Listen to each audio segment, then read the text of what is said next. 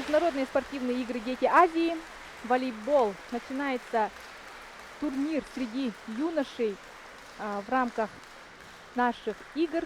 И первая игра первого круга сегодня покажут нам ее Уральский федеральный округ и команда Республики Туркменистан. Следим за игрой.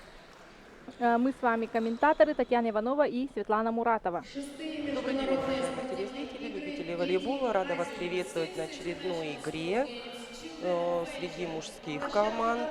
Сегодня первая игра среди мужских команд. Мы надеемся, что будет такая же прекрасная игра, как и до этого показывали нам девушки. Сразу с разбега, скажем так, первая игра самая поставлена достаточно сильная. Это, конечно, Уральский федеральный округ, один из номинальных фаворитов.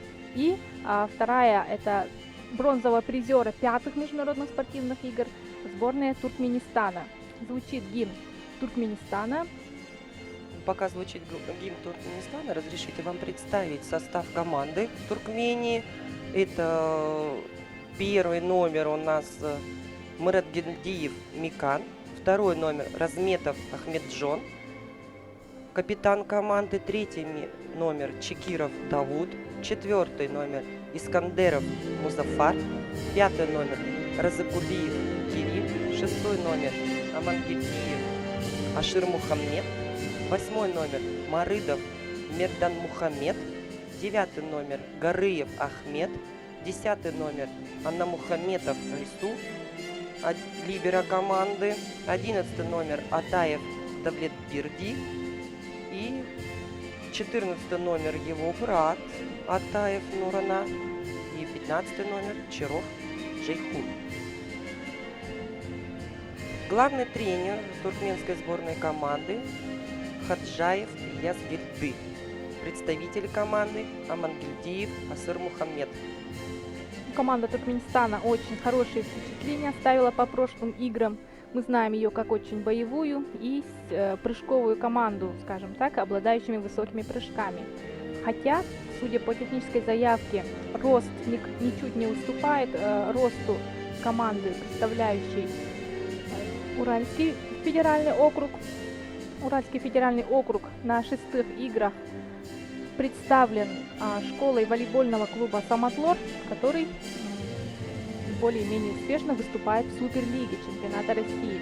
Поэтому команда пришла лидером своего федерального округа, где, мы знаем, собрались не менее сильные Свердловская область и Челябинская область. Поэтому вам самим судить, дорогие зрители, уровень команд, а с нашей стороны задача ознакомить с составом. Ребята в основном 2000 года рождения, и только единственный игрок под номером 12 Виталий Майоров, самый молодой, 2001 года рождения. Под номером 1 Пакушин Николай, под номером 2 Усов Владимир, под номером 4 Чивиков Сергей, под номером 5 Семеев Виктор, под номером 7 Иванцов Виталий, под номером 9 Волков Андрей, под номером 10 Зиганшин Денис, под номером 11 Петров Максим, под номером 13 Потапов Никита, под номером 17 Давлетшин Данил и под номером 18 Зудин Никита. Главный тренер Антон Вольвич, обратите внимание, родной старший брат члена сборной команды России, который сейчас готовится к Олимпийским играм в Рио-де-Жанейро, Артема Вольвича. Вот такая вот волейбольная семья, именитая, из города Нижневартовска, Ханты-Мансийского автономного округа. И команда «Самотлор» – это, как мы уже знаем, из такого региона России, как Ханты-Мансийский автономный округ. На правах победителя отборочных соревнований ребята, которых вы видите на экранах, приехали. Вот и Антон Вольвич, похож на своего более именитого младшего брата, и привел свою команду только с единственной целью завоевать золотые награды наших спортивных игр. С ними не очень-то согласны тренер Евгений Хаджаев. Он тоже нам знаком по прошлым играм и говорит, традиционно привез лучшую тоже сборную, этой страны, Туркменистана, который имеет кое-какой международный опыт, являются призерами международного турнира в Болгарии в 2013 году вот этой вот командой в детском возрасте. Но сейчас вот клуб Йотум, представляющий лучшую спортивную школу Олимпийского резерва, сегодня попытается показать свой лучший волейбол, все, на что они способны в игре против, первой игре турнира против команды Уральского федерального округа. Судя по техническим заявкам и наглядно мы видим, что рост игроков примерно одинаковый в командах. Единственный игрок с ростом выше 2 метров — это Никита Зудин, номер 18 в составе Уральского федерального округа. Прошу внимание обратить на данного игрока под номером 18. И в среднем рост 187-189 в команде Уральского федерального округа. Третий судит первый судья Аркадий Ефремов, Республика Саха-Якутия, и второй судья Михаил Родионов, Хабаровский край. Судейская бригада на линии тоже представлена традиционно судьями Республики Саха-Якутия. На ваших экранах судьи первой категории Афанасий Кузьмин, Эвелина Васильева и третий судья на линии Туяра Емельянова. Все готово к тому, чтобы начать первую игру среди юношей. Девушки у нас уже вовсю разогнались, вовсю соревнуются. И вот перед вами видите состав команды Туркменистана. Сейчас будут команды приглашены на площадку, а мы будем постепенно вводить вас в курс дела, да? Да. Судьи у нас представлены на ваших экранах. Состав сборной команды Уральского федерального округа. Как видите, главный тренер Вольвич Антон. Он будет вести всю игру, будет подсказывать, где-то какие-то давать указания, что-то как-то своих подопечных настраивать на какие-то либо данные моменты, чтобы они показали красивую игру.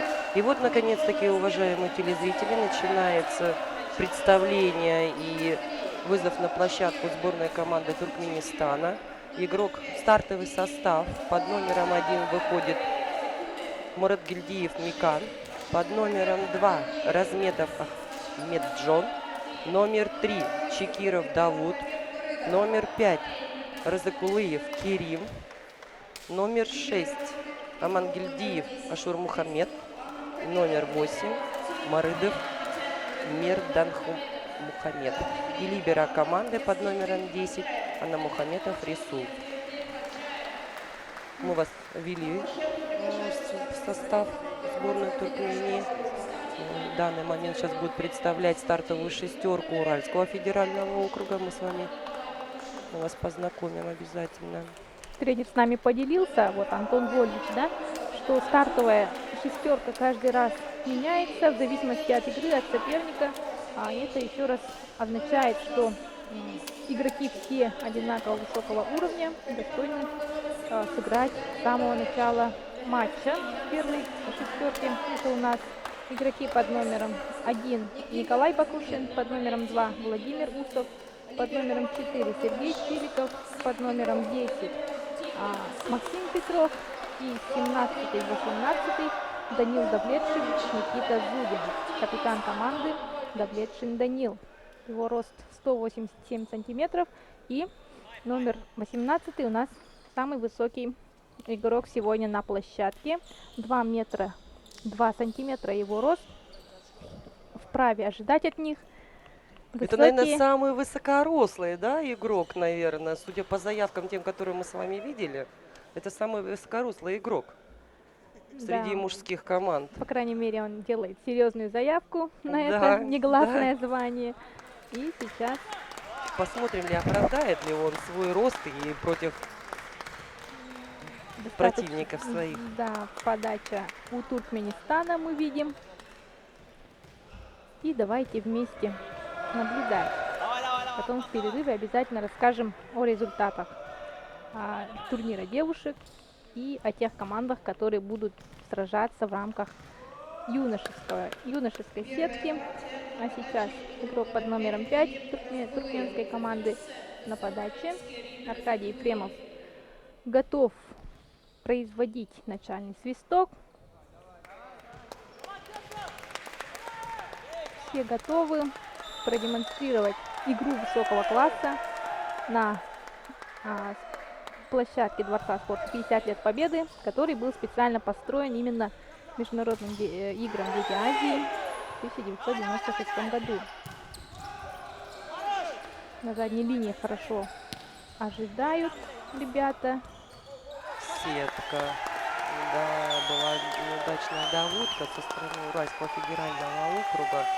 И разыгрывающий игрок просто не успел, наверное, добежать до него, чтобы чисто сыграть мяч. И при этом сделал ошибку, коснулся сетки нижнего края троса. Неудачный прием. Можно уже сказать, что с первых мячей команда Туркмении показывает очень такую хорошую игру. Вы посмотрите, они уже при счете 2-0, они уже подают две подачи, которые очень сильно усложняют прием и доигровку команде Уральского округа. Очередная хорошая, да, подача игрока из Туркмении. Но здесь, конечно, Уральский федеральный округ показал, что они могут поставить.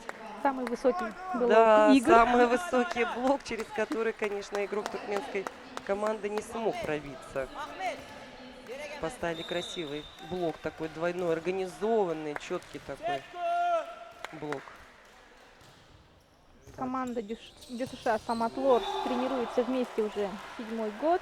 Завершили этот сезон в лидерах Уральской лиги, где тоже играет 8 команд.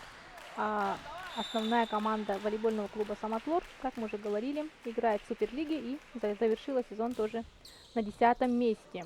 Ну, для них, как они сами признались, это то, что они по финансам могут себе позволить.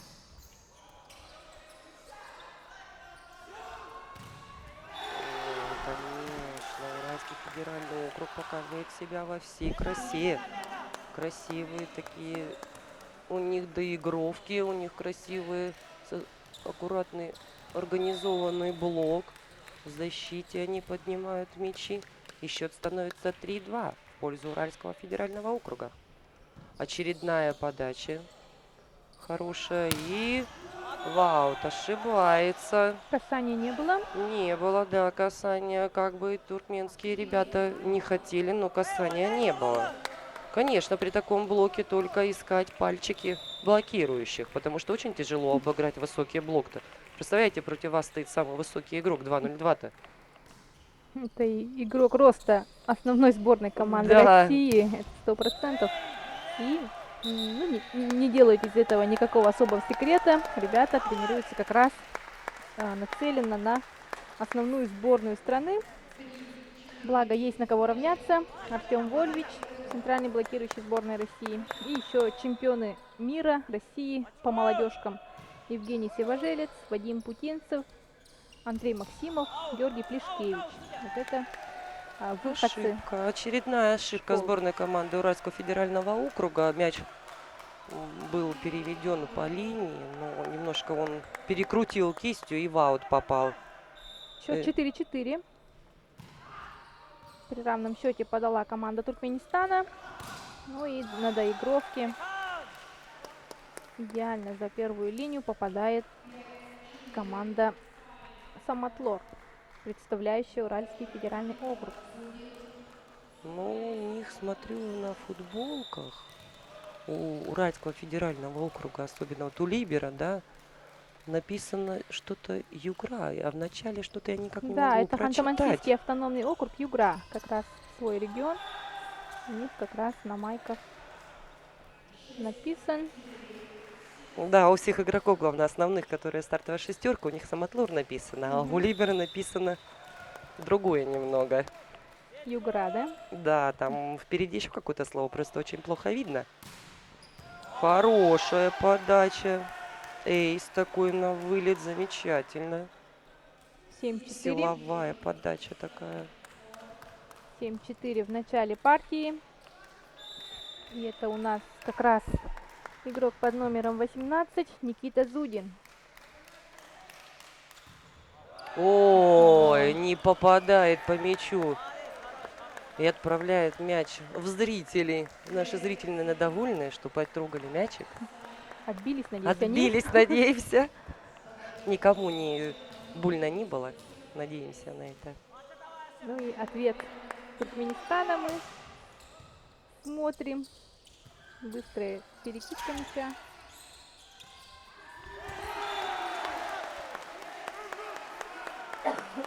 Ну, какая-то неорганизованная атака пошла со стороны Уральского федерального округа.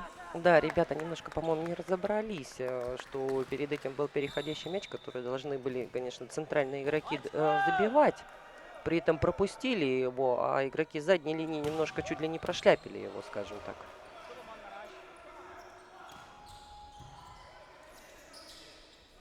Так, доводка была и хороший блок очередной, организованный, красивый. Но ребята из Туркмении достают и забивают. Красивым своим, мощным таким силовым. Вот номер 3 сам же подстраховал Да. и сам же забил в атаке. Очень красивый розыгрыш в диагонали увидели. И на подаче игрок под номером 6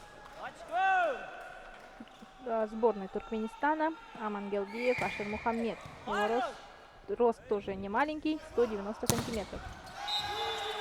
Вот, не удается зацепиться. За стоп-ошибку фиксирует судья. Игрок второй линии, когда нападал, заступил. Мы, наверное, напомним вам, да, что игроки второй линии не имеют права при нападении заступать за трехметровую линию, где он и заступил. Поэтому была ошибка, и счет стал 8-7 в пользу туркменской сборной команды. Первый технический перерыв. Впереди команда Туркменистана. Главный тренер сборной Туркменистана на вопрос, какие задачи они себе ставят, соизволил пошутить, сказал: если отдадите золото, мы с радостью его возьмем, да? Самотлор золото отдавать не собирается, и разве что сами силой заберут, да? Ну, если они будут продолжать в таком же темпе, так Продержатся, да, в таком же темпе, быстром и в доигровке, замечательно они достают все мячи, в том же доигрывают, добивают до последнего, то все шансы у них есть на золото. Да, вот Амангелдиев как варьирует по подачу. Ну, А в этот очередной раз команда Уральского федерального округа атаку со второй линии увенчалась успехом, где они набрали очко. И счет становится 8-8. Блок. Да. Молодцы, ребята. Владимир Усов. Личный вклад в очко в пользу Сибирского федерального округа. И тут же следует ошибка при подаче. 9-9. Равный счет сохраняется. Первая треть игры завершена. И мы уже переходим на новый уровень, да, как говорится. Сейчас уже будут более жесткие последствия. Молодец. Но если он сейчас перебьет... Ой, молодцы, какие сборная. Пайк в исполнении сборной команды Уральского федерального округа увенчался, конечно, успехом. Скажем, до этого, что сборная команда Туркмении достала такой мяч в защите. Свою долю аплодисментов и зрительской любви Сорвали. Да.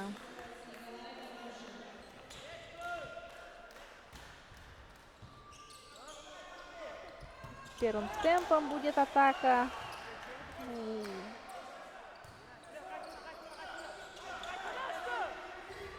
Еще раз со второй попытки. Игрок под номером 2 Ахмеджон Разметов. Тоже один из лидер атак зарабатывает такое нужное 10-е очко. Счет становится 10-10. По-прежнему очень равная игра.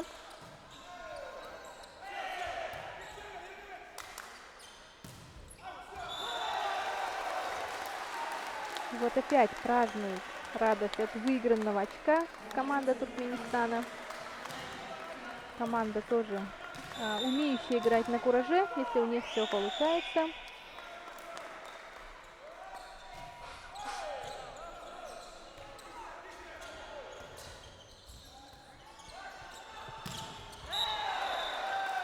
Вау, да, достали такой мячик, они, конечно, в защите, ребята, ну, немножечко что показывает судья? Касание сетки было при блокировании, показывает. 12-10 это означает, и отрыв уже в 2 очка. И наблюдаем очень высокого уровня игру, как при чемпионатах России, не более, не менее, как при международных турнирах, когда даже отрыв в 1 очко означает очень такой серьезную подпорку, залог конечного результата. И берет команда Туркменистана. И счет становится 13-10. Ребята из Уральского федерального округа не смогли договориться, кто будет третьим касанием играть. Очередная подача, и затрудняется прием и отправляют в аут. Кто-то у ребят разладился прием. 14-10. Ну, пока по первым ощущениям складывается такое впечатление, что как будто не ждали, да, что Да, такие как будто они сильные не ждали. будут игроки. И тренер Антон Вольвич вовремя прерывает такую победную серию Туркменистана и в то же время дает успокоиться своим, в первую очередь, ключевым игрокам. А мы с вами сейчас наблюдаем очередные красивые моменты данной начала партии, которую мы с вами видели. Очень такие зрелищные моменты, когда ребята борются и пытаются достать очередные мячи. Вот красивый нападающий удар очередной туркменской сборной. А этот момент уже со стороны Уральского федерального округа. Но здесь был заступ, как вы видите, показывал судья. Вот Уральскому федеральному округу надо все-таки уяснить для себя, что турнир международный, это не уровень России, где они равных себе особо не встречают, да? Все-таки это команда Туркменистана представительная. Не из слабых, скажем Да, так. именно Которые что. ребята могут зубами зацепиться, как сказать, грызть. Непроходная Непроходная, команда. да, Совсем. команда. Ну, во-первых, сумасшедший настрой на лицах туркменских ребят мы видим. Ошибка при второй передаче, Да. показывает судья. Счет становится 15-11. 15-11. И тоже вполне может быть такое, что Уральский федеральный округ не очень-то привык играть в роли догоняющих. Сейчас немножко растерянными выглядят ребята, но уже на классе должны собраться. Вот, например, да. Красивая была комбинация, да, игра первым темпом, быстрая, хорошая доводка была и быстрая передача в центр площадки, где увенчалась очень хорошим успехом таким. И очередное очко приносит в копилку к себе, и счет становится 12-15. Так, очень хорошо и грамотно отыграно от высокого блока такого, где игрок невысокого роста, да, туркменской сборной команды под номером 5, у него всего 1,80 м, отыграл блокаут. И счет становится на табло 16-12. Это второй технический перерыв. И от технического перерыва к техническому перерыву все нарастает у нас. Да. Разница в очках, да?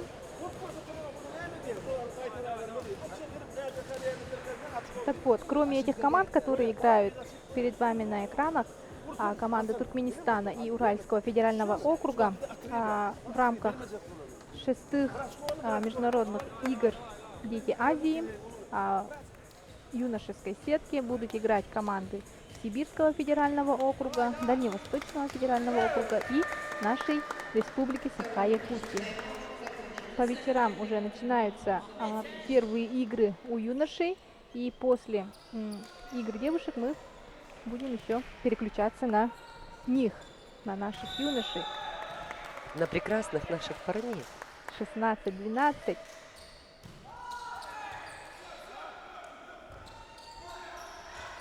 Ой, молодец, как грамотно ты увидел, что игроки сборной Туркменистана сидели очень далеко, они сидели в защите.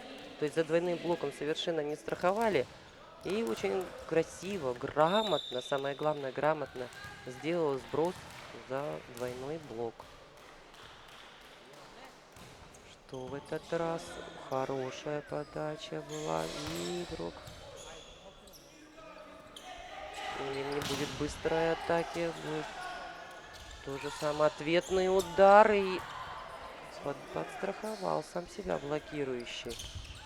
Хотел отыграть блокаут игрок Уральского федерального округа. И в очередной раз Опять шестая зона у нас оказалась открытой у Туркменистана. И чем не преминули воспользоваться их соперники. да, 14-16. Уже успокоившись, ребята из Ханты-Мансийского автономного округа начинают играть свою истинную силу, возможно. Ну и волнение от того, что это все-таки первая игра международных игр. И это тоже накладывает печать. 15-16. Разрыв минимальный. Всего одно очко Уральскому федеральному округу предстоит отыграть. И на подаче игрок под номером 10 Денис Диганшин, чья подача, к сожалению, улетает за пределы площадки. И 17-15. игрок сборной команды Туркменистана под номером 8 Мырыдов Мирданмухамедов вводил мяч в игру. Ну, было, наверное, совсем простенько для Уральского федерального округа, которые спокойно сделали доводочку и завершили атаку, увенчавшись успехом. Счет становится 16-17. Ну, Уральский федеральный округ уже сокращает разрыв. Для них, видимо, это, наверное, еще не предел, да, это совсем маленький, наверное, разрыв. Они собрались, ребята. Ой, только я сказала. Получилось немного наоборот. Сами ошибаются. Но тем лучше для зрителей. Мы с вами уже замечаем потенциал, да, он намного богаче, и Арсенал и в атаке сильнее выглядят, и в росте выигрывают, но тем более мы благодарим за то, что интрига сохраняется в этой игре команду Туркменистана. Они играют, ну, не сказать, чтобы на пределе своих возможностей, но очень собранно и соответствующим настроем вышли на площадку. 17-18. Доводка, есть первый темп. И от блока уходит мяч так далеко, что ребята из Уральского федерального округа, как бы ни старались, они не смогли его догнать. Бежали они, конечно, далеко, даже к зрителям туда убежали. Но все-таки был настолько сильный отскок, что они не смогли его догнать. И счет становится 19-17 в пользу Туркмении. Такими ровными шажками приближаемся к концовке игры. 18-19. По времени не быстрая игра получается у нас, потому что все равные, никто не хочет уступать, и за каждый розыгрыш борьба. Ну, если, наверное, посмотреть статистику, да, набранных очков Туркменистана и Уральского федерального округа, то, скажем так, что, ну, если так посчитать, то Туркмения набирает 1 очко, а Уральский банк 2-3 очка набирает. Поэтому им проще, они уже догнали. И счет становится 19-19.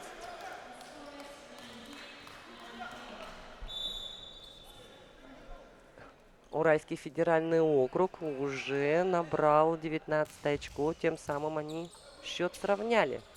Опять быстрый первый темп, но не попадают они в темп друг другу игроками, но зато ребята с Урала очень красиво завершили атаку из четвертой зоны. Так сильно вколотили мяч, что игрок на защите хоть и угадал с направлением, да, но оказался бессилен. Бессилен, да, защитник просто бедный.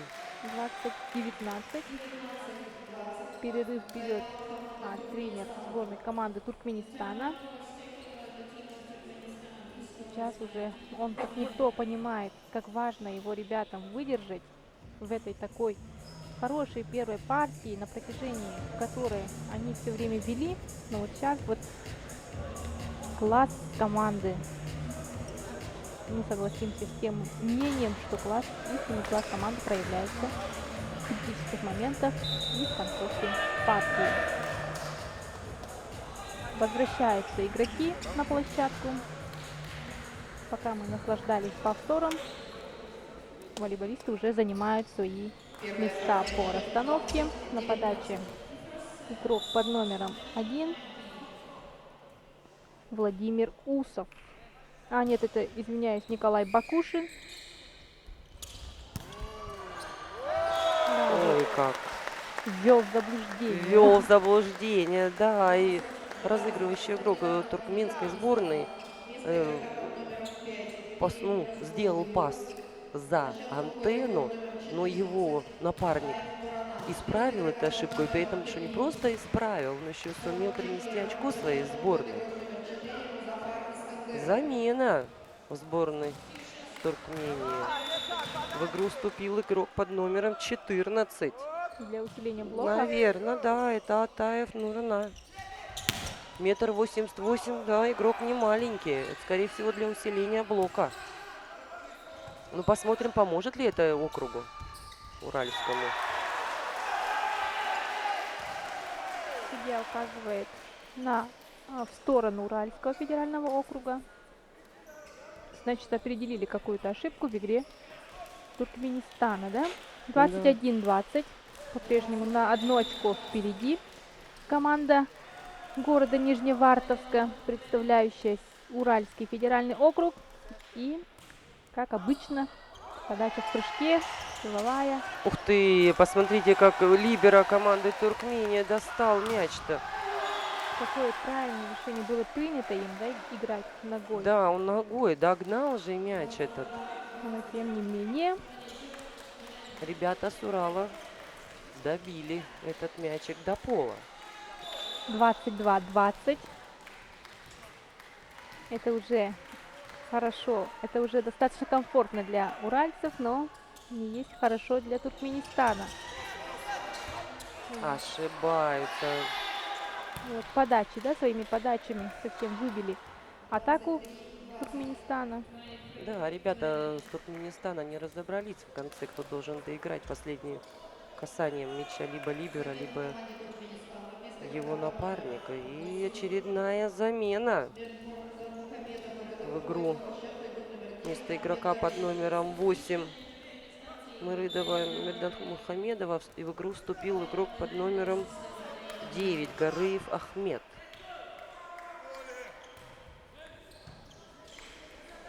Подача и на одном блоке. Ну, молодец, какой разыгрывающий игрок из сборной Туркменистана. Он увидел, что блокирующие Уральского федерального округа в центре оказались, и он побыстрее дал передачу на край, в четвертую зону, чем и воспользовался его напарник и принес очко. Счет стал 21-23. Блок. Отскок в пользу Туркменистана. Счет 22-23. Это уже интересно. Это всего одно очко остается до сравнения счета. Будем дальше смотреть, что покажет Туркменистан, а именно вот этот вот персонаж, выполняющий подачу. Напряженная такая концовка, да, у нас с вами. Ни одна из команд не собирается сдаваться, и при этом... как он красиво. Это опять очередной раз он использовал пустое место в сборной Туркменистана. Ребята ожидали, сидели в защите, думали, сейчас будет сильно нападающий удар, и сели глубоко в защите. А игрок сборной Уральского федерального округа, Капитан. капитан команды, выбрал правильное решение и принес очередное Ну как очко. подстраховали-то.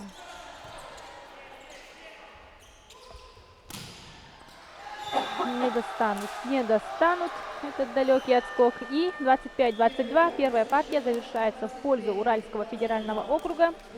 А по партиям они ведут 1-0. Но это только начало. Будем продолжать следить за этой очень занятной игрой между командами из города Нижневартовска Ханты-Мансийского автономного округа, представляющего Уральский федеральный округ, и между командой Туркменистана, бронзовых призеров 5-х международных спортивных игр «Дети Азии». Правда, состав, конечно, другой, но тренер тот же, школа та же. Это лучшая школа Олимпийского резерва, будущая основная команда своей страны. Из Туркменистана к нам приехала. Каждая игра с их участием, безусловно, станет украшением 6-х спортивных игр «Дети Азии». Сейчас вы на своих экранах видите команду из Уральского федерального округа. Ребята стоят, обсуждают что-то. Видимо, какие-то, может быть, недочеты в своей игре были. Так же, как вот у тренера команды Туркменистана написал расстановку. Сейчас он немножечко исправит. Видимо, что-то там ошибся где-то. И, в принципе, команды у нас готовы ко второй партии-то. Ну вот, Светлана Игоревна, что, на ваш взгляд, случилось такого, что до 19 очков вели постоянно Туркменистан, да? Но потом раз и отдали концовку. Ну, наверное, дело в том, что Уральский федеральный округ, ребята повыше, и съем у них выше, и поэтому у них получилось так, что они снимали выше мяч. То есть перепрыгивали блок. Ребята все-таки ходят из Туркмении, они такие шустрые, конечно, прыгали, доставали мячи, но у ребят из Уральского федерального округа у них и опыта побольше, и в росте они выигрывают.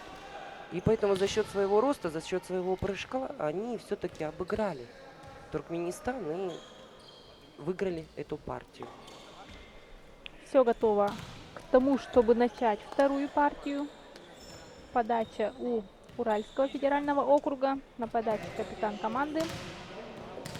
Капитан команды под номером 17. Это у нас Данил Давлетший. Рост 187 сантиметров, 2000 года рождения. Команда тренируется на базе волейбольного клуба «Самотлор», который с переменным успехом выступает в Суперлиге чемпионата России и постоянно, что называется, в спарринг-партнерах стоит. Тренировки совместные проходят и прямой путь в Суперлигу страны. Ну и пожелаем ребятам успеха в этом плане. А пока у нас вторая партия. 6-е спортивные международные игры «Дети Азии». Игра первого круга. Самая первая игра среди юношей. Встречаются команды. Уральский федеральный округ на ваших экранах в белых формах и Туркменистан в красных игровых формах. Вот задумано было хорошо, но исполнено как-то слишком дерзко, скажем так. Вообще Туркменистан играет размашисто, уверенно, рискованно. Ну что, и может... Ну, они показывают ту игру, которую хотят. В принципе-то им терять нечего. Они же пытаются обыграть эту команду Уральского федерального округа. Поэтому ребята играют в полную силу. Что могут, то и показывают. А на своих экранах мы видим прекрасную игру. Хорошая защита, организованный блок и быстрый доигровка. Да. Даже вот преимущество, конечно, Уральский округ имеет в росте, но ребята из Туркмении не уступают. Они все равно организуют, цепляют на блоки и тем самым помогают своим защитникам поднять мячи, чтобы сделать доигровку. Нет такого мяча, который был чисто был забит до пола, да? Да, не было такого мяча. Все мячи, которые Уральский федеральный округ нападал, производил нападающие удары, ребята с Туркмении, они цепляли их. Они либо блоком цепляли, либо в защите поднимали. То есть у ребят очень грамотно они располагаются. Видимо, тренер сборной Туркменистана, он очень хорошо ознакомлен с игрой Уральского федерального округа и поставил основные задачи своим игрокам правильное расположение на М, площадке.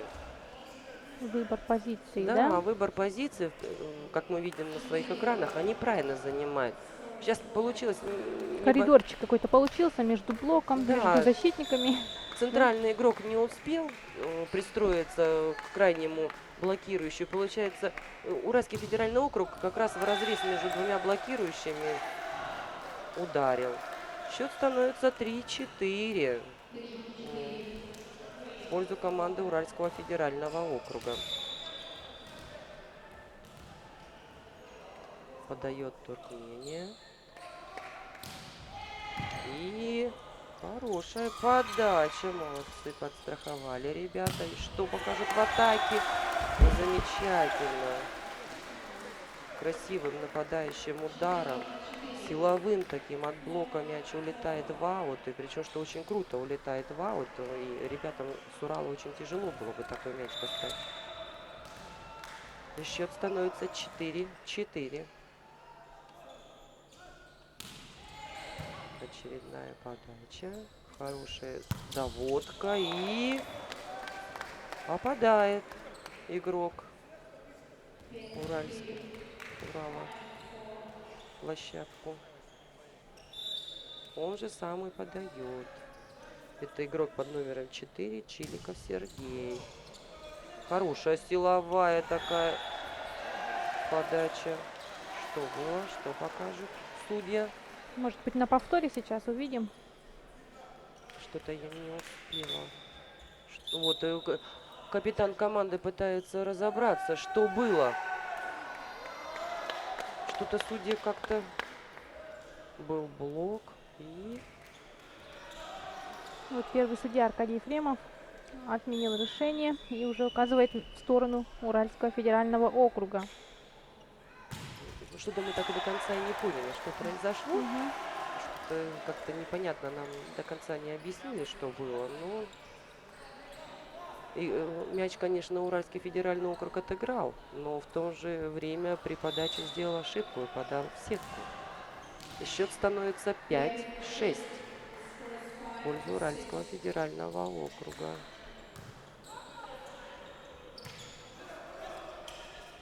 Ой, какая досадная ошибка. Мяч провалился у игрока под номером 10 либера туркменской сборной. И у него доводка не получилась. Так, подает Уральский федеральный округ у нас. Ох, очередной раз ребята из Туркмении не справились с подачей ребят с Урала. И мяч при приеме отправили на ту сторону. Чем Тут же ребята уральские воспользовались этим и переходящий мяч красиво забили. И у нас, дорогие зрители, счет 8-5. Первый технический перерыв во второй партии. Впереди команда Уральского федерального округа. вот, по сравнению с первой партией начинают более собранно ребята из Уральского федерального округа. И Туркменистану сейчас надо что-то придумать, какую-то новую, может, заготовки какие-то домашние, неожиданные для игроков России, скажем так. Ну, либо же уловить то самое настроение, при котором им комфортно играть самим.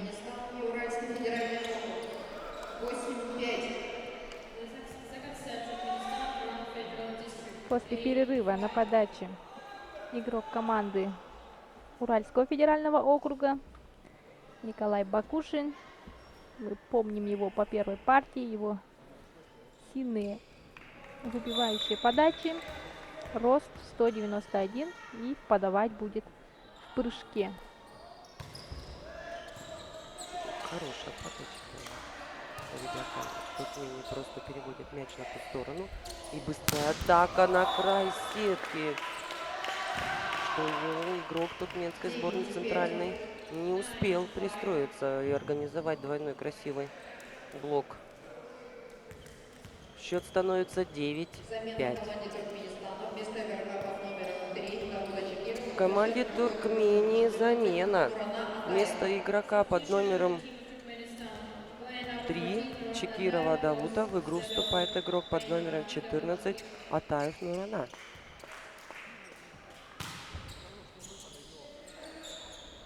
Ой, какая хорошая, замечательная, красивая атака. Первым темпом зона, между двух зон, между тройкой и четверкой. Первым темпом ребят из Туркмении увенчалась очень хорошим успехом. И приносит очередное очко. Счет становится 6-9.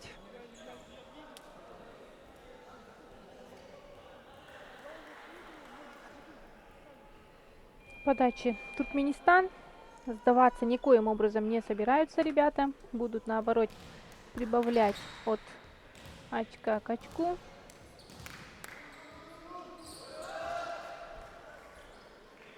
Какую мы подачу увидим?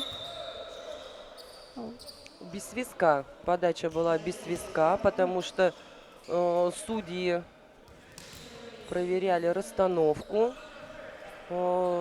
Капитан команды сборной Туркменистана попросил судью проверить расстановку, кто у них должен выйти на подачу. И чуть они не сделали ошибку. Сейчас ребята с Уральского федерального округа пытаются разобраться, почему все-таки им обратно отдали подачу. Но так как главный судья не произвел свисток на подачу, это не считается ошибкой. Потому что второй судья в это время проверял расстановку сборной команды Туркменистана. Ну вот, наконец-то все разрешилось. Все проверили. Ребята встали на свои места. Сборная команда Туркменистана в ожидании подачи своей. А ребята с Уральского федерального округа начинают играть в роли защитников. Хорошая подача была. И быстрая на край сетки передача. Ребята с Урала очень хорошо сыграли эту атаку. Счет становится 10-6. Впереди Уральский федеральный округ. Ребята стоят на передней линии высокие. Вот такой же, соответственно, блок. Да, и такой же, соответственно, блок, который вы сейчас видели на своих экранах. Быстрая атака у туркменской сборной за головой не получилась. И при счете 6-11 во второй партии первый перерыв берет команда Туркменистана. Что-то рановато отпустили, да? Да. Ребята своих соперников. Да, сейчас тренер команды будет предпринимать какие-то меры, потому что уже действительно счет-то такой 6-11. В принципе, в первой партии такого не было разрыва. Ребята двигались быстрее. Вот сейчас вы на своих экранах видели, что в принципе блок-то был правильно поставлен, но, как говорят волейболисты, дырка была в блоке. Между рук у игрока пролетел мяч. Поэтому хорошая атака была. Ну вот закончился перерыв.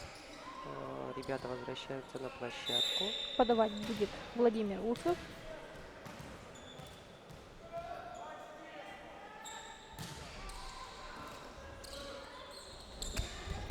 И атака со второй... О! Мяч в игре остается. Да. И еще... Ой, закрутились ребята на блоке, уральские ребята, когда блок поставили, думали, отскок будет далекий, а он, посмотрите, был блок, и мяч после блока отскочил ему за спину. Он не успел сориентироваться и повернуться быстро. А их страхующий игрок понадеялся, да, видимо, Да, понадеялся, что будет хороший сам блок. себя страховать, Мгм. по крайней мере.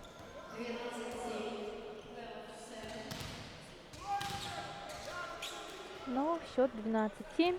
Опять подача переходит к Уральскому федеральному округу. Что предпримет Туркменистан? Ну, Вот. атака со второй линии для Уральского федерального округа сейчас в данный момент была не такая сильная. Поэтому они с легкостью этот мяч довели до сетки и быстро разыграли за головой атаку. Она увенчалась успехом, и счет становится 13-7. Это, наверное, для Туркмении уже звоночек, потому что разница в 6 очков, это, Против такой сильной команды, да, это уже тяжело. ну, тем более удары почему-то совсем не идут. То блок, то трос. Вот какой-нибудь положительный момент один очень взбодрил бы игроков Туркменистана. Да, наверное, если бы они какой-нибудь красивый розыгрыш бы Да, сделали, либо достали какой-нибудь красивый мяч, их бы, наверное, это взбодрило. А тем самым Уральский федеральный округ продолжает набирать свои очки. И счет становится 15-7.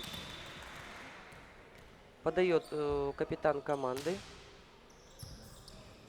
Хороший. И еще очередная атака со второй линии. Они вдруг подстраховали себя и ошибаются игроки. Да, судья фиксирует, что касания блока не было. Был мяч в ауте. И второй технический перерыв при счете 16-7. Впереди команда Уральского федерального округа. а мы напоминаем вам, что идет у нас первая игра в рамках шестых, извиняюсь, спортивных международных игр «Дети Азии» в городе Якутске. Во дворце спорта 50 лет Победы встречаются команды Туркменистана и Уральского федерального округа. Завтра тоже состоится одна игра среди юношей. И завтра завершают, послезавтра уже на завершающем этапе турнир среди девушек. Сегодня мы наблюдали 3 игры среди девушек, 3 разные, оставшие свои впечатления, 3 встречи. И сегодня настало время юношей показать все свое великолепие. Ну, сегодня наши ребята не играют, потому что у них сегодня, видимо, выходной. Но напомню, что наши девушки одержали вторую победу, за что мы очень им благодарны и рады, что они нам показали. Ой, как красиво, грамотно это. Прекрасные моменты прекрасного детского волейбола. Ну, это уже, наверное, можно перевести в разряд не детского, а уже более такого взрослого, юношеского. Не детского волейбола, Да. да? Ну, это уже у нас не настолько дети, это у нас все-таки уже юноши. 2000-2001 года рождения. Это у нас 15-16 лет. Да, в команде Уральского федерального округа замена. Вместо игрока под номером 10 Дениса Зиганшина в игру вступает игрок под номером 5 Семеев Виктор. На усиление подачи, полагаю. Да, на усиление левша он еще. Да, подача, вы посмотрите, какая была. И она оправдана. Но не сумели защитить, к сожалению, его сотоварищи по команде. В первую очередь, это скорее результат хороших действий со стороны Туркменистана, атакующих. Ну, здесь мячик при доводке, когда с приема они принимали, с подачи, прием был на сетку. Здесь очень грамотно и правильно сыграл разыскивающий игрок. Он... Ох ты, как! Повезло Туркменистану, Да. иначе не скажешь, но они этого заслужили. Ахмед Гарыев, лидер атак, сейчас стоит на линии подачи. Счет становится 10-17. Ребята начинают потихонечку догонять. Ну, по-прежнему, конечно, очень много, но Да. тем не менее.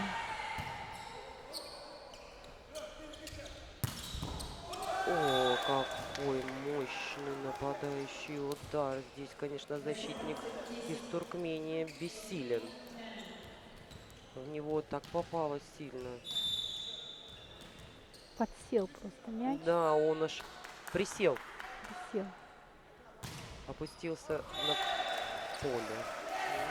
Ошибаются ребята с Урала. Не могут себе это позволить на данном этапе, да? При счете 11-18 идет подавать Туркменистан.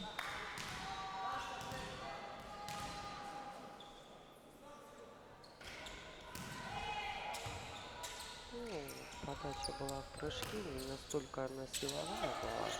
Для ребят с Урала это просто очень. А вот нападающий удар был очень красивый. Быстрый, Быстрый, точный. красивый. Посмотрите, как было разыграно это очень. На одном блоке, но, к сожалению, попадает мяч в аут. И счет становится 19-11 в пользу команды Уральского федерального округа.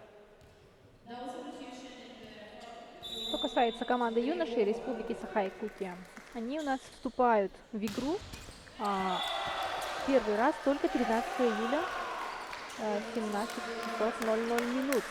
Первая игра будет как раз у нашей республики с Уральским федеральным округом.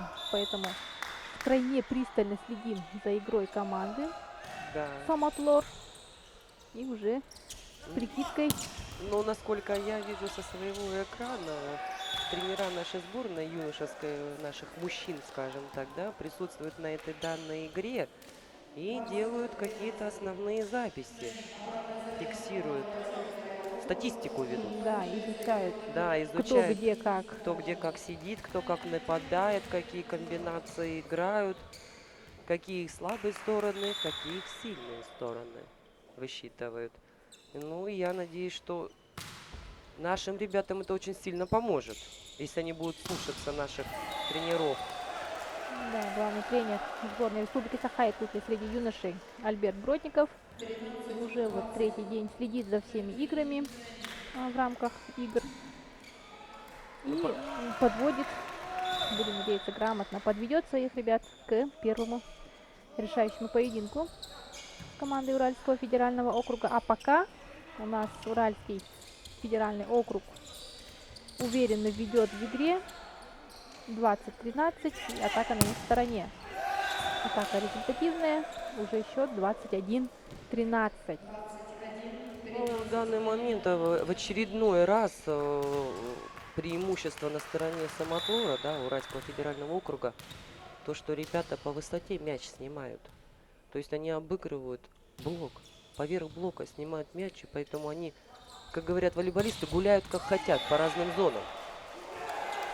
Обычно игроки закрывают шестую зону на блоке, а здесь ребята из Самотлора как хотят, так и нападают. Вот предугадать очень сложно, Да, как вроде, они будут действовать, да, сейчас.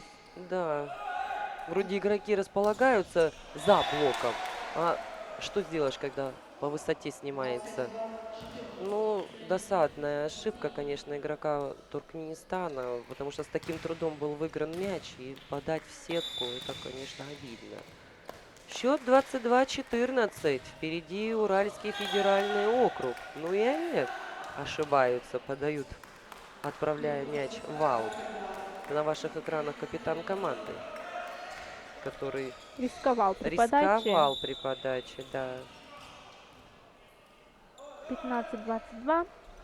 Не хотелось бы, чтобы такая замечательная игра закончилась очень быстро в трех партиях, да. Хотелось бы борьбы. Далее продолжать наслаждаться моментами, которые дарят нам сполна шестые международные спортивные игры «Дети Азии», которые проходят в Якутске. И давайте негласно будем болеть за успешные действия команды Туркменистана, чтобы игра у нас подольше сложилась, а Уральский федеральный округ продолжал показывать нам свою игру красивую. И блокаут. Очередное 17 очко завоевывает команда Туркменистана. Вообще-то 17-22 это не самая катастрофа, но Да, это не самая катастрофа. И тренеру Уральского федерального округа приходится делать двойную замену. напоминаем, что тренер Уральского федерального округа Антон Вольвич, родной брат Артема Вольвича, который играет в основном составе мужской российской сборной по волейболу. Школа со своими традициями. Династия, скажем так, Да, и волейболистов. нижневартовские ребята, самородки 1987 года, самого создания клуба. Практически одновременно была создана и школа Олимпийского резерва. Вот откуда и черпают свои будущие силы, скажем так, ханты-мансийские игроки. С какие школы, с какими традициями к нам приехали. Посмотрите, какая была красиво организована атака. Называется эшелон, когда идут два игрока друг за другом. И не поймешь, да? Да, когда игрок первого темпа поднимает, и тут же не с высокой высоты снимает второй игрок. И атака увенчалась успехом. И на ваших экранах счет 24-17. И второй перерыв вынужден набрать команда Туркменистана, потому что он уже не знает, тренер сборной, как своих ребят немножечко подтянуть, поднять им настроение, либо поднять им дух командный. Которое понадобится в третьей партии, да? Да, Мы уже говорили, туркменские ребята очень эмоциональные, как водится. И на хороших, положительных эмоциях могут пойти далеко, уехать далеко. да. Пока что они немножко грустные. Ну, оно и понятно, да? На подаче у Югра, Уральский федеральный округ. Тоже быстрая атака первым темпом. В разрыв между двумя блоками. Да, очень красиво Просто, да, получилось. очень красиво получилось. Ждали игрока в четвертой зоне, что будет нападать. А разыгрывающий игрок Туркменистана сделал другой выбор. Сделал пас центральному игроку, который увенчалось успехом. Счет становится 18-24. Задача минимум набрать 20 очков у Туркменистана. Тем более, что... нет, было касание, да? Было касание блока, показывает первый судья. И это, дорогие друзья, означает, что вторая партия вновь остается за Уральским федеральным округом. При счете 25-18 завершается второй сет. И счет в игре 2-0 в пользу команды Самотлор Ханты-Мансийского автономного округа, достойно представляющего на правах чемпиона округа Уральский федеральный округ. Немножко давайте расскажем, Светлана Игоревна, о женской части турнира, пока у нас перерыв идет между партиями. Сегодня, как уже поделились, наши девочки порадовали трибуны, выиграв 3-0 у команды Монголии, да? Да, можно сказать, что команда Монголии не такая уж и слабая. Девочки очень подвижные, шустрые, старались очень доставать все очки. Зонты. Да, на повторе мы видим. Да, Спасибо режиссеру трансляции. Вот красиво. Поверх блока в разрез. Вот все вместе, можно сказать. Да, сполна ребята используют свои сильные стороны. В первую очередь это высокую точку съема, благодаря их росту и прыжку. Да, можно сказать большое спасибо всем тренерам, которые работают с детьми, которые учат наших детей волейболу, потому что это действительно красивая игра. Ребята показывают очень достойный, красивый уровень. Очень грамотно играют, в каких-то случаях очень хорошо подают. То есть у нас смена, скажем так, да, нашей сборной России растет достойно. Да, Так же, как и у Монголии, у Китая, у Туркменистана, да. Все достойные ребята, которые приехали на этот турнир, показывают очень красивую игру. И благодаря этим играм у нас появляется возможность именно следить за ходом событий, скажем так, Да, за да. сменой поколений. И очень так радостно на душе становится, чувствуешь себя частью чего-то целого, прикасаешься с большим волейболом во время игр. Например, вот в исполнении команды, молодежной команды волейбольного клуба «Самотлор», выступающего в Суперлиге чемпионата России. Да, наблюдаешь такие, конечно, игры красивые, да, что женские игры, что мужские. И начинаешь потихоньку вспоминать, когда сама играла. И так хочется вернуться обратно, быть такой же молодой, такой же вот азартной такой же. Но хотя я остаюсь такая же азартная. Ну, для меня, я не знаю, как со стороны, конечно, но я очень рада и довольна, что я все-таки пошла играть в волейбол и до сих пор играю и буду играть настолько долго, насколько у меня хватит сил и здоровья. А мы будем за вас скрещивать пальцы, можем Спасибо большое. бесконечно вспоминать победу Уралочки, да, Да. и будем верить, что у нас в скором времени вот-вот возьмет и появится команда мастеров.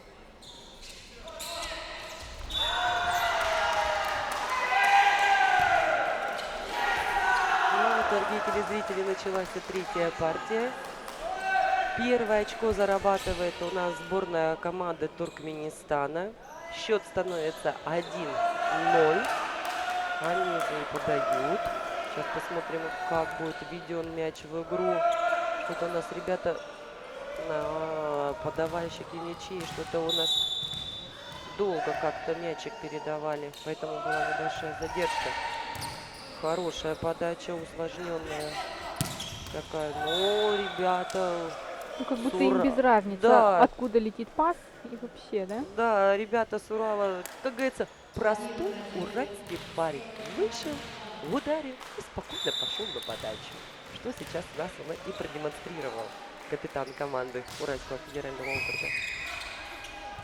Красивая, хорошая, сильная подача. Игра первым Какая темпом. мощная получилась атака. Причем, что вы заметите, мячик был не доведен. То есть он практически пасовал с 3 метров своему игроку. А это достойно разыгрывающего игрока. О, счет становится 2-2. Ребята Уральского федерального округа подавили очко. Ребятам с Туркмении. Посмотрим, чем ответят туркменские ребята. И поле! Ну вот, и ребята могут показать, что они достойны, могут играть и подавать такие же красивые подачи, сильные, коварные. Но перед вами первая команда своего возраста, своей страны.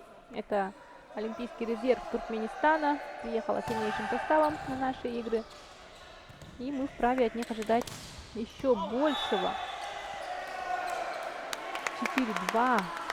Начало складывается более-менее удачно, чем во второй партии, да? И третья партия уже ребятам действительно терять нечего. Будут играть в свое удовольствие. Один из результативных нападающих по итогам двух партий. Игрок под номером 9. Ну, блок. Что-то объясняет игрок из Самотлора кому-то, своему противнику с команды Туркменистана. Что-то он такое предъявлял, наверное, можно сказать, даже ему. Судя по картинке, которую нам показывали наши режиссеры. И вот. И счет становится 5-3. Ребята из Туркменистана начинают лидировать в третьей партии. Сейчас будет подача произведена. И хорошая затрудненная подача. Была недоведенный мяч. Пас на вторую линию. И мощный такой блок.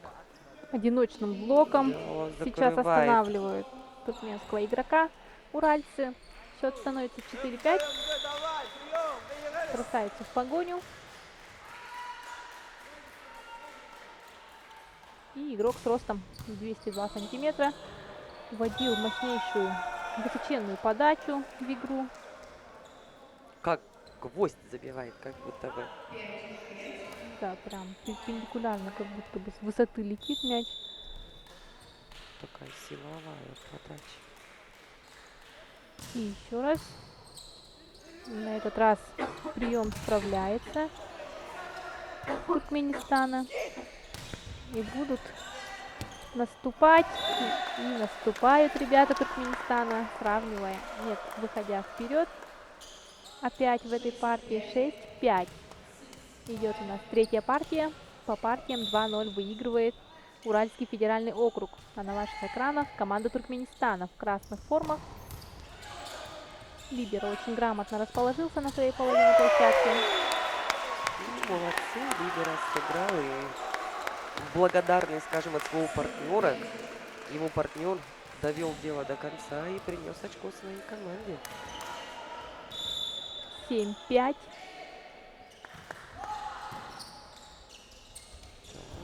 Сейчас уже идет борьба характеров. Кто как выдержит, кто справится с эмоциями. Вот, пожалуйста, 8-5. Как и в первой партии на первый технический тайм-аут идем под лидерством Туркменистана.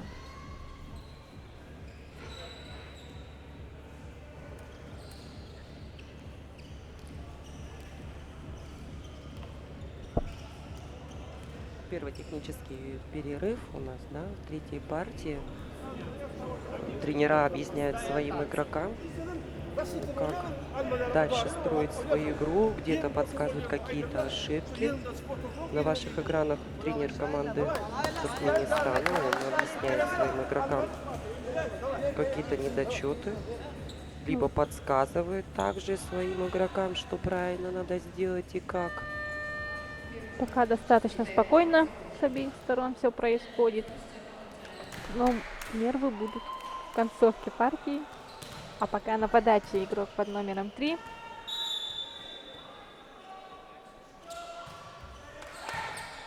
Это Чекиров, да, вот.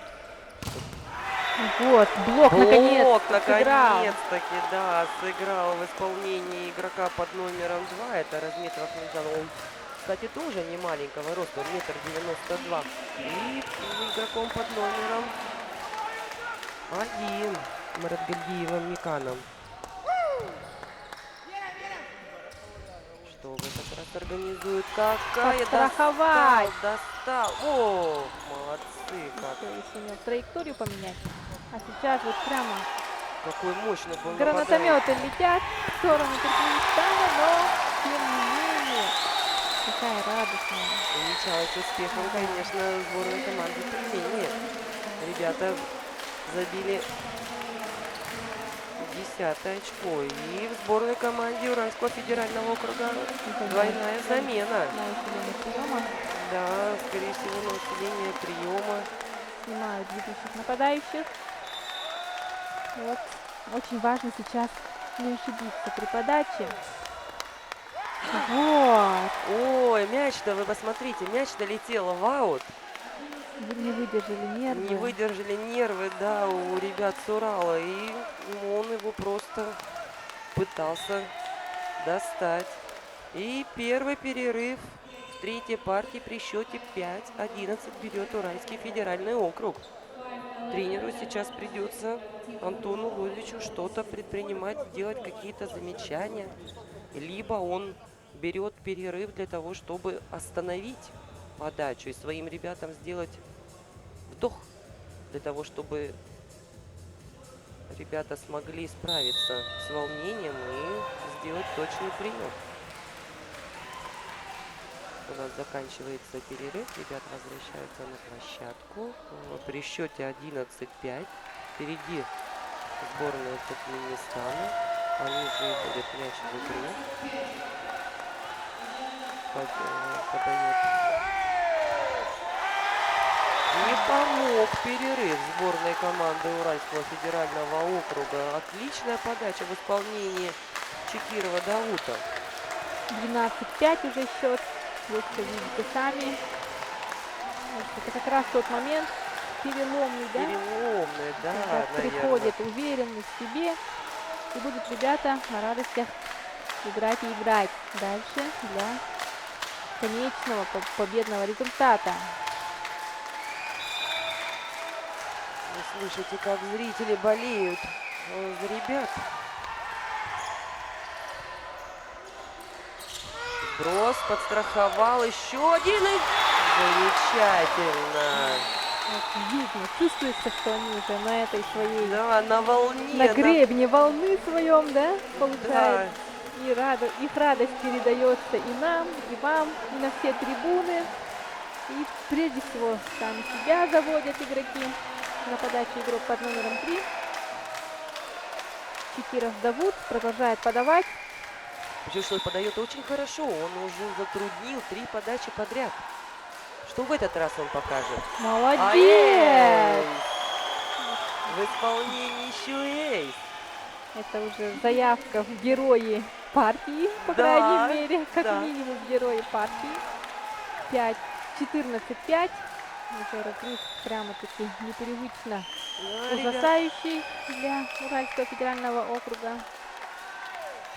ребята уральские уже начинают немного нервничать. Да, вовсю нервничают. Аут! При такой простой ситуации ошибаются Да, в они начали атаке. ошибаться уже. Они не просто начали ошибаться в приеме, они уже начали даже ошибаться в нападении. Что же предпринять тренер? Потому что разрыв-то уже очень большой, 10 очков. Счет-то уже 15-5 у нас. Даже либера ничего не может сделать с этой подачей. И быстрая атака в центр. Вот она! Красивый розыгрыш. 16-5. На Да. наших глазах происходит нечто невероятное. Очередное очко приносит центральный игрок. Это Разметов Ахмеджон, 2-й номер. В первую очередь, конечно, это подача, да? Подача, да, конечно. И ничего как не остается. У нас в счет 16-5. Второй технический тайм-аут, уважаемые зрители. Впереди команда Туркменистана. И тренер Уральского федерального округа не понимает, что делать ему со своими ребятами. Дождался перерыва технического, да? Да, Сказал все, что нужно. И как раз дело за его ребятами. не просто все, что нужно, это и на все, что думает он о них. Ну, я спросила, ребят, вы собираетесь играть? Счет-то посмотрите на табло-то какой. Это уже большой. Пора включаться, да, пора включаться в игру уже. Ну, будет очень, если сейчас... Опять, и вот это опять. ничего себе какой. Ой, ну это, наверное, герои, наверное, этой партии, скажем так, сегодня, да? Вот, 3-й номер. Либера лучший принимающий игрок команды. Вот так вот подряд ошибается. Да. И тут еще укоротил, варьирует Ой, что было? от блока в От поле. блока, да. Это у нас наконец-то перерывает серию успешную Сергей Чиликов. И сам же идет подавать. Посмотрим, что будет. Что ребята предпримут. Сейчас Это надо... вот. Ой, ошибается. Все равно заряда этого должно хватить туркменской команде. Очень бы хотелось, конечно, чтобы ребята с Туркменией выиграли эту партию. Они достойны этого, конечно, в этой партии. Они очень... И 3-0 было бы несправедливо, да? немножко? Да, и было бы несправедливо. Еще раз. Самый высокий игрок, кстати говоря, под номером 2. Он, да, Разметов. Разметов, он 1,92 м, приносит очередное очко своей команде. Счет становится 18-7 в пользу сборной Туркменистана.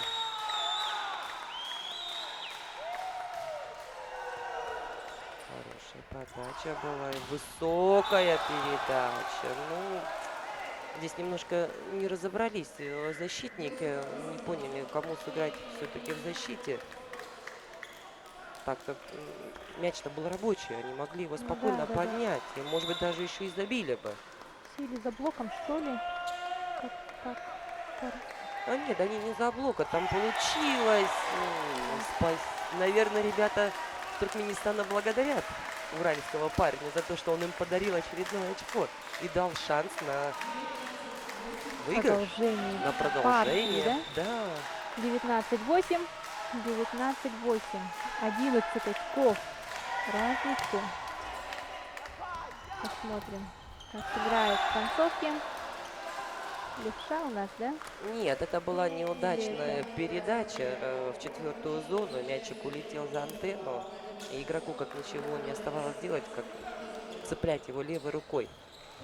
А ребята с Туркменистана, они немножко неправильно поставили, организовали блок. Потому что уходящий мяч за антенну никогда нельзя ставить на блок с краю антенны. Нужно оставлять линию. Потому что мяч, уходящий за антенну, он никогда не пробьется по линии. Только по диагонали, либо 4 по 4 будет атака. Хорошая была подача. И что нам покажут? Ну, просто, конечно, просто. И со второй линии ошибаются ребята из Уральского федерального округа.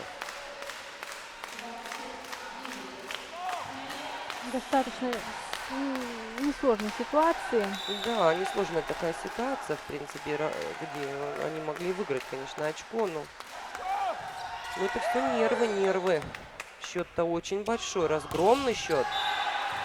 Ну, атака, тем не менее, красивая. Красивая, да, В атака. исполнении Никиты Зубина, Самого высокого Да. игрока. который еще, походу, и недоумевает. Что происходит Да. на данный момент, почему его команда проигрывает.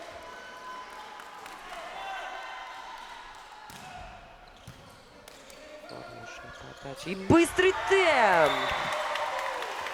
Молодец. Ну вот, ребята со сборной Туркменистана, как только начинают организовывать быстрый темп, практически каждая атака у нас проходит, и она завершается очком. Они завоюют это очко. Если они будут также продолжать в быстром темпе играть, то Свою игру, да? свою игру, да, показывать. То есть навязывать свою игру. Не играть в игру противника, в уральскую игру, которую ребята пытаются навязать с Урала, а именно в свою игру. То тогда это может увенчаться очень хорошим успехом. Ну, пока 11-21. Все равно счет-то разгромный такой, 11-21. Это подвиг, наверное, будет, если сейчас ребята уральские все-таки Выровнять ситуацию. да, сравняют счет и догонят все-таки. Аут, показывает судья. И счет становится 22-11. Ребята приближаются к своей победе в этой партии. Ну, где одна партия, там, Там может и и другая. появиться вторая. Да. 22-11. Смотрим, высокая атака, это, конечно, Тут тренер только смог остановить отскок. да. Счет. Ну вот ребята с Уральского федерального округа, все, что на высоких атаках было, высокая передача, и они снимали поверхблока, все венчалось успехом. Да, либо до пола, либо вот Да. такими вот отскоками. Да. Скажем так, у ребят из Туркмении, у них наоборот быстрая атака постоянно приносит очки, а у ребят Уральского федерального округа у них наоборот высокая передача на края, и они выигрывают эти очки. Да, каждый кто как умеет, да, Да. лучше всего. И вот вдобавок еще и блок заиграл у Туркменистана. И вот у нас, как только Урал увидел, что на подаче у нас тот, который Предыдущий да, привел круг. к такому развитию событий, то берет второй перерыв. перерыв берет, и у них остается один Ханты-Мансийский автономный округ Югра, видим на майке Либера.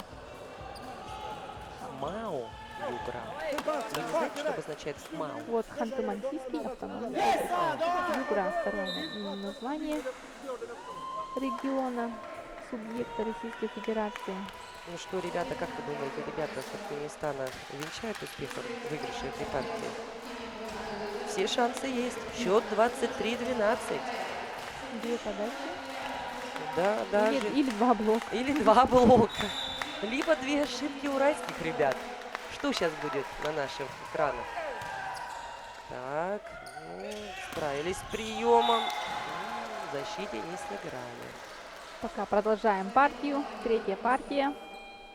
Ведет Туркменистан 23-13, но по партиям 2-0 ведет Уральский федеральный округ.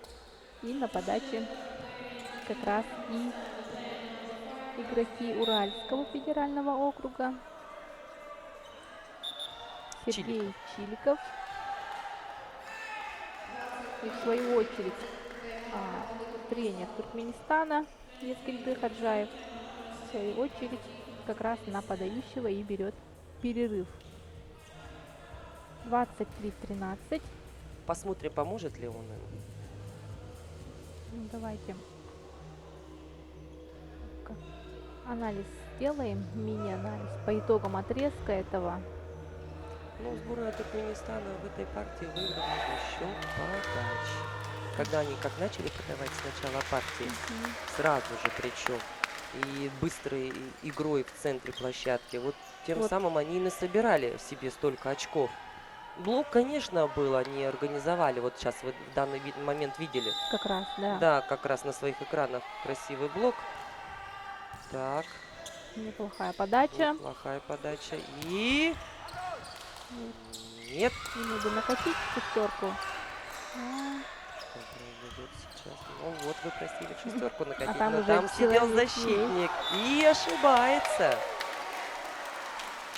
Уральский федеральный округ, отправляя мяч в аут. 24-13.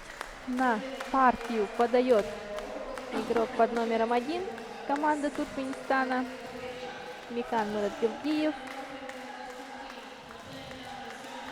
Какое решение он предпримет для того, чтобы максимально усилить свою подачу? Затруднить прием Уральскому федеральному округу. И у него это получается. Традиционно в пятую зону, в угол, в девятку целится. Ух ты! Как достают ребята, но, к сожалению, и к радости Туркменистана при счете 25-13, в общем-то, наверное, это легко. разгромный счет для Уральского федерального округа, потому что с таким счетом, как 13-25, они проиграли. Это слегка неожиданно для всех. да.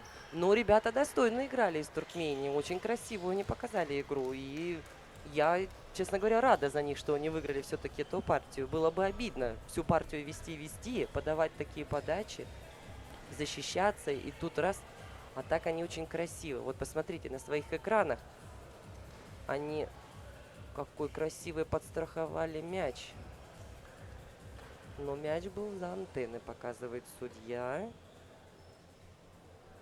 И атака заступ там, по-моему. А нет. Ну вот сумели в первую очередь навязать свои быстрые атаки Уральскому федеральному округу. А те, в свою очередь, по-прежнему не подключают пока первый темп, да? Предпочитают обходиться атаками на доигровке высоких точек. Вот сейчас как раз в четвертой партии, возможно, что-нибудь поменяют тренеры.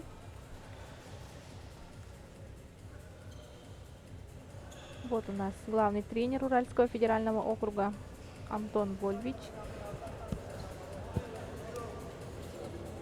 Что-то ему сейчас придется предпринимать для того, чтобы такого не было повторения в четвертой партии.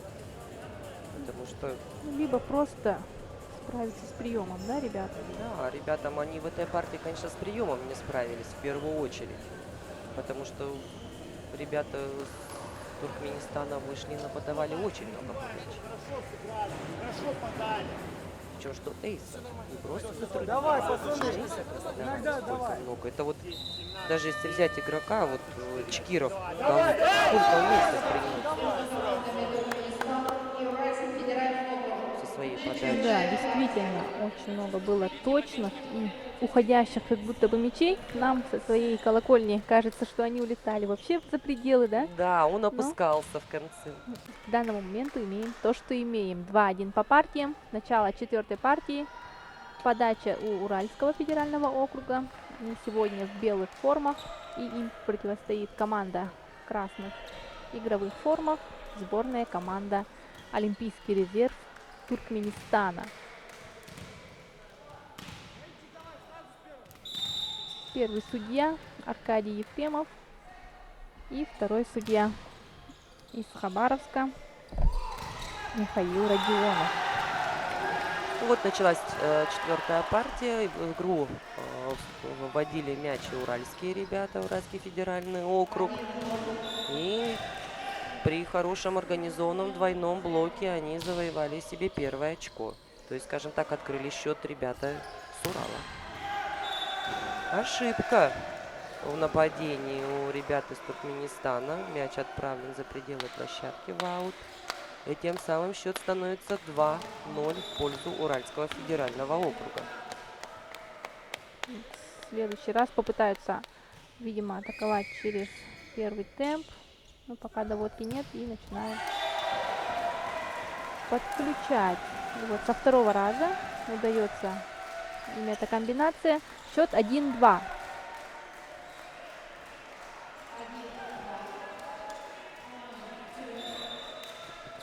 На ваших экранах игрок под номером 5 сборной команды Туркменистана. Хорошую подачу подал, неудобную для противника. И тем самым ошибается игрок Уральского федерального округа, отправляя мяч за пределы площадки. И счет становится 2-2. Будем дальше наблюдать. Очередная подача его непростая. Ну вот, опять высокая передача в четвертую зону. Но в этот раз ребята ошиблись. Конечно, лидер, да, наверное, вот это под номером 4 Чиликов Сергей. В предыдущих партиях, можно сказать, он является лидером. Да, вот по результативности тут Да, по точно. результативности он считается лидером команды. Ну и он ошибается. И на счет уже становится 4-2. Впереди команда Туркменистана. Вот, как никто другой, ребята понимают, что им всего-то навсего стоит Надо. успокоиться, да? Да, Но да. легко ли это при сложившихся условиях? И сброс подстраховали со второй линии. Ай! Как обидно. Темп не попал. Видимо, очень торопился заработать очко свое пятое. Ну, перестарался. 3-4. Уральский федеральный округ. Что-то ребята с Уральского федерального округа очень часто стали подходить к нашему судье, к первому. Что-то выяснять. Нам отсюда не так видно, что они там выясняют все время. Тоже не в темп Да. вышли. Ну, Норм. атаки не будет. Ну, подстраховать они подстраховали очень замечательно. Опять высокая передача и аут. Аут. Не справляются с блоком в этот раз ребята. И счет становится 4-4. Денис Зиганшин на подаче был.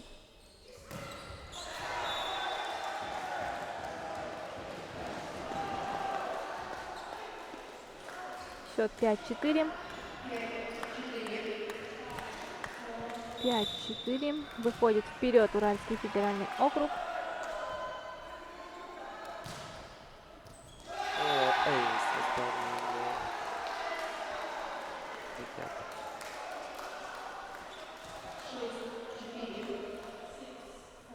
И уже третья подача будет сейчас исполнена Денисом Зиганшиным.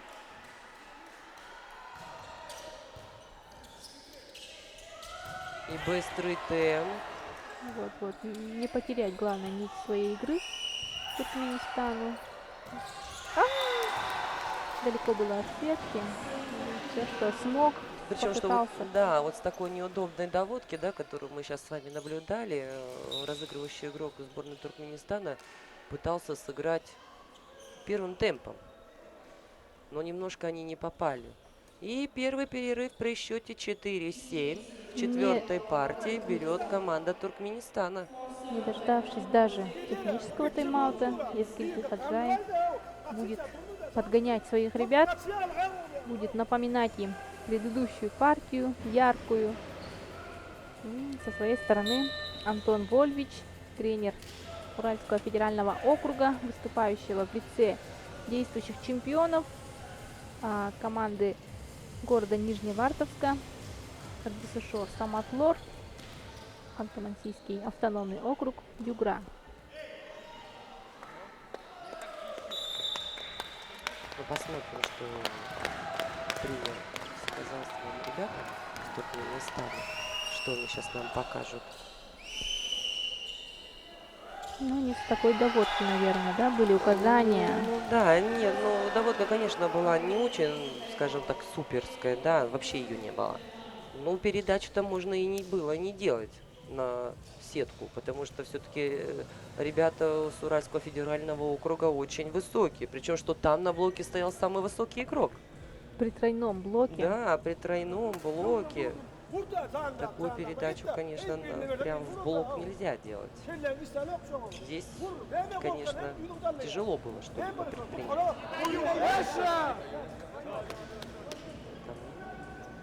У нас первый технический тайм-аут при счете 8-4.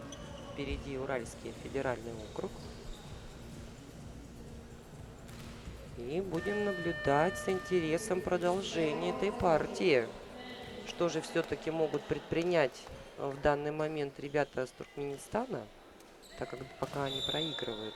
Они сейчас в данный момент в роли догоняющих у нас. Причем превосходство двукратное, 8-4. Опять очередной раз не справляются с приемом. Да, что-то расклеилась игра как-то у ребят. Что-то у них не получается. Потеряли они тот кураж, который у них был в третьей партии. И замена происходит в команде Туркменистана. Вместо игрока под номером 3 это Давуда Чекирова. В игру вступает игрок под номером 14 Атаев Нурана. Это традиционная замена, которая происходила и в предыдущих партиях. Что нам покажет этот игрок? И эйс в исполнении игрока под номером 10 Дениса Зиганщина. И счет становится 10-4. Вот довольно долго он стоит на линии подачи, да? Несколько мячей подряд подает. Ну и не исключено, что Туркменистан. Третья партия скорее была исключением, чем правилом. Но это детский волейбол, ничего заранее предсказать невозможно. Будем до конца верить в долгую игру. Мы только свои интересы блюдем, да? Да, нам бы хотелось подольше наслаждаться этой замечательной, красивой игрой, которая называется волейбол, летающий мяч. Не каждый месяц, даже не каждый год мы имеем возможность наблюдать такие игры за такими командами, да, с таким уровнем. Действительно, хоть и 5 команд приехало, но они все отличающие, имеющие соответствующий рейтинг. Соответственно, и все игры каждого круга будут непростыми, непроходными. И мы за то, чтобы поменьше было счетов 3-0, да? Да. Но это не касается... Пусть будет 2-3, 3-2. Мы, наверное, только за это. И всегда в пользу команды Республики Саха-Якутия. Да. Которая вступит в турнир 13 июля в первой игре как раз против вот этих парней, бравых парней в белых футболках Уральского федерального округа. При счете 11-4 игра продолжается после перерыва. Остается без атаки Уральский федеральный округ. И со второй попытки что же сможет предпринять? Аккурат в девяточку. Хорошая, не сильная, но очень точная атака на доигровке. Приносит 5-е очко Туркменистану. И на подаче игрок под номером 8 Мурыдов Мерган-Мухаммед. Почти идентичный ответ в пятую зону, прямо в угол площадки со стороны Уральского федерального округа. Первым темпом быстрая атака под заднюю линию. Ох, какая мощная подача. Ну, ребята справились с Туркменией. Но сейчас покажут, какая была хорошая организованная атака на четвертую зону. Ну, туркменские ребята организовали очень грамотный, правильный блок и остановили мощный нападающий удар Уральского федерального округа. И счет становится 6-12. В игру вводит мяч, подает туркменская сборная. В очередной раз Касание сетки. касание сетки, да, от блока мяч улетал, и Уральский федеральный округ пытался достать его и зацепил сетку, край сетки нижнего троса. Может, информация для тех, кто не в курсе. Сейчас по новым правилам от 2015 года любое касание сетки, любой частью тела уже означает переход мяча к противоположной команде. Это, наверное, не новые правила, это возвращается Да, старые. хорошо забытое Да. старое. Все, что хорошо забытое старое, вновь все хорошо новое. Ну вот очередное очко набирают туркменские ребята своим 8-12. блоком. Да. И при счете 12-8 первый тайм-аут берет Уральский федеральный округ. Сейчас что-то будет предпринимать тренер команды. Чемпионы Уральской лиги и их тренер Антон Вольвич, родной старший брат нашего олимпийского чемпиона по волейболу Лондона 2012 Артема Вольвича. И вот в двух рукопожатиях мы оказались от членов основной сборной команды России и будем уже немножко другими глазами смотреть на игру Артема Вольвича. Он будет казаться нам роднее всех остальных, потому что его родная школа, команда побывала у нас на 6 играх Дети Азии. Пока успешно справляется с соперником, с Туркменистаном. Но вот счет становится 9-12. Туркменистан уже как раз в тот момент, свой момент, уже начинает возвращаться в игру. И как раз именно при таком счете, по-моему, да, в третьей партии они переломили, да. Они, конечно, переломили. Ой, обидно как. Это кто у нас подавал? Обидно как-то, потому что в предыдущей партии действительно при таком счете они стали подавать и выиграли эту партию. Главное было подавать. Ой, какая... Не менее главное принять. Вот, атаки не получилось. Там, по-моему, заступ, нет? Да, мне тоже показался заступ, но судья не фиксирует. Фиксирует. Нет, он показал аут. За аута, да? Да, судья показал, что мяч был в ауте. Ушел за пределы площадки, поэтому очко зарабатывает сборная Туркменистана. Счет уже 10-13. И ошибаются ребята. Хотели очень красиво накатить за блок третью зону. Но немножко не получилось у них это. У капитана команды. Вот видите на повторе. Смотрите, он хотел аккуратненько накатить. Там как раз было пусто. Ну, задумано очень Да, хорошо. задумано очень было хорошо, очень грамотно. О, как коварно! Ну, достают и... Что одна, что вторая. И судья фиксирует, что касание пола было. Непременно запросили бы челлендж. Да, Будь у них такая возможность, да? Да, если была бы возможность, то они бы запросили челлендж. Но не знаю, к счастью ли это, либо к сожалению. К счастью, наверное, для туркменской сборной и, к сожалению, для уральской сборной, да, это челленджев нет. Но здесь что можно поделать? С одним блоком. аккуратненько. Да, очень аккуратненько под заднюю линию. О, ну здесь, Хорошо разбежался игрок. здесь, конечно, тяжело что-либо предпринять в защите, потому что нападающий удар такой славный очень. И первый темп. Что показывает судья? Задержка мяча. Задержка мяча судья фиксирует. А так-то было красиво. Вот на ваших экранах игрок под номером 2, который, конечно, и такой же, как и игрок под номером 3 в их сборной, в третьей партии принесли очень много очков, и только за счет них они выиграли эту партию. Ну вот. Разъяренные немножко, да, предыдущим розыгрышем. Да, Всю ярость свою, все чувства вложили в этот удар туркмены. Счет становится 13-15. Никто никого отпускать не собирается. И вот прям фантастическая подача, на вылет такая. вылетающая, да, на вылет. В этот раз это был Микхан Муратбилдиев. Микхан Муратбилдиев до этого тоже отметился эффективными подачами, а сейчас у него получилось еще и эффектно. И очередной раз он очень хорошую подачу организовывает. Так, и... Нет, не смогли ребята, конечно, из Туркменистана перебить такой высокий блок. И счет становится 16-14. У нас с вами, дорогие телезрители, второй технический перерыв.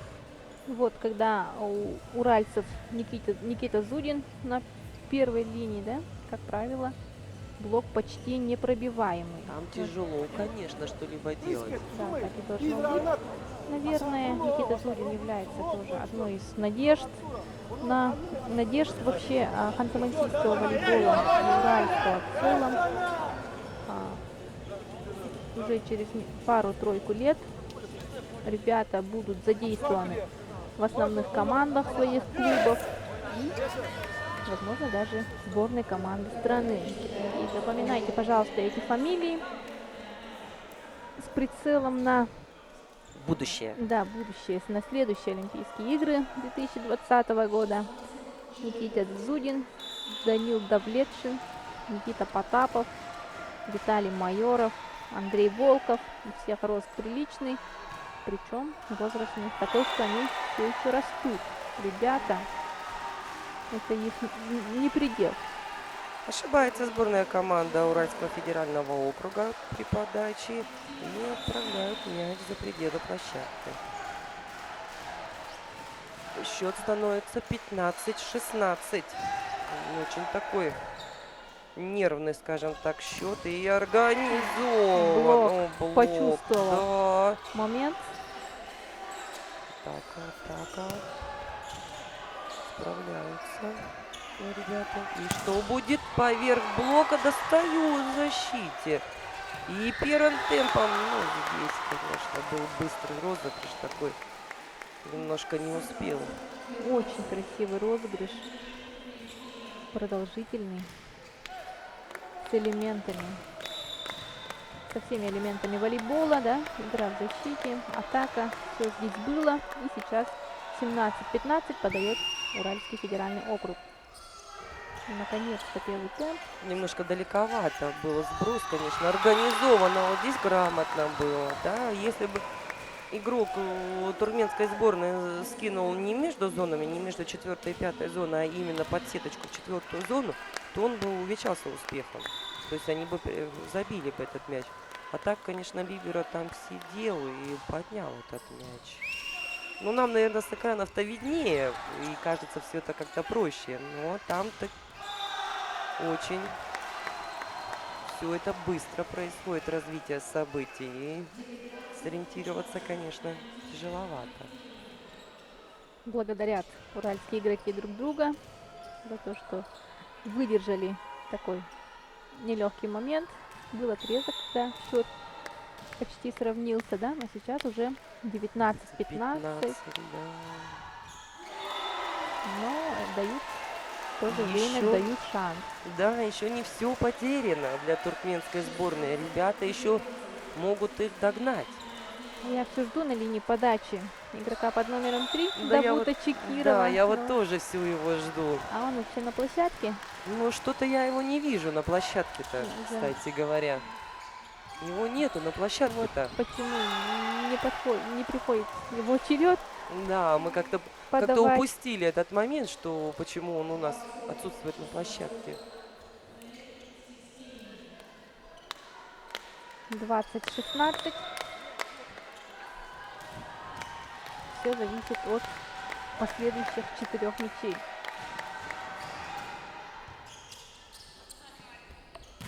Вот оно, вот эта игра Туркменистана. Быстрая. Да, в полной мере Да. реализовали ребята свой потенциал, свое мастерство. И 17-20.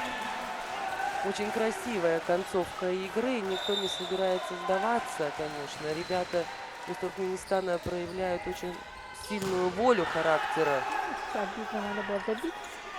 Ну, и не переходящие. забиваешь ты, забивают тебе. Что фиксирует судья? Ну-ка, что у нас фиксирует судья? Капитан команды в очередной раз подходит к главному судье и пытается выяснить, что было. Сейчас мы посмотрим, что было. Хорошо бы повтор. Что показывает? Не пойму.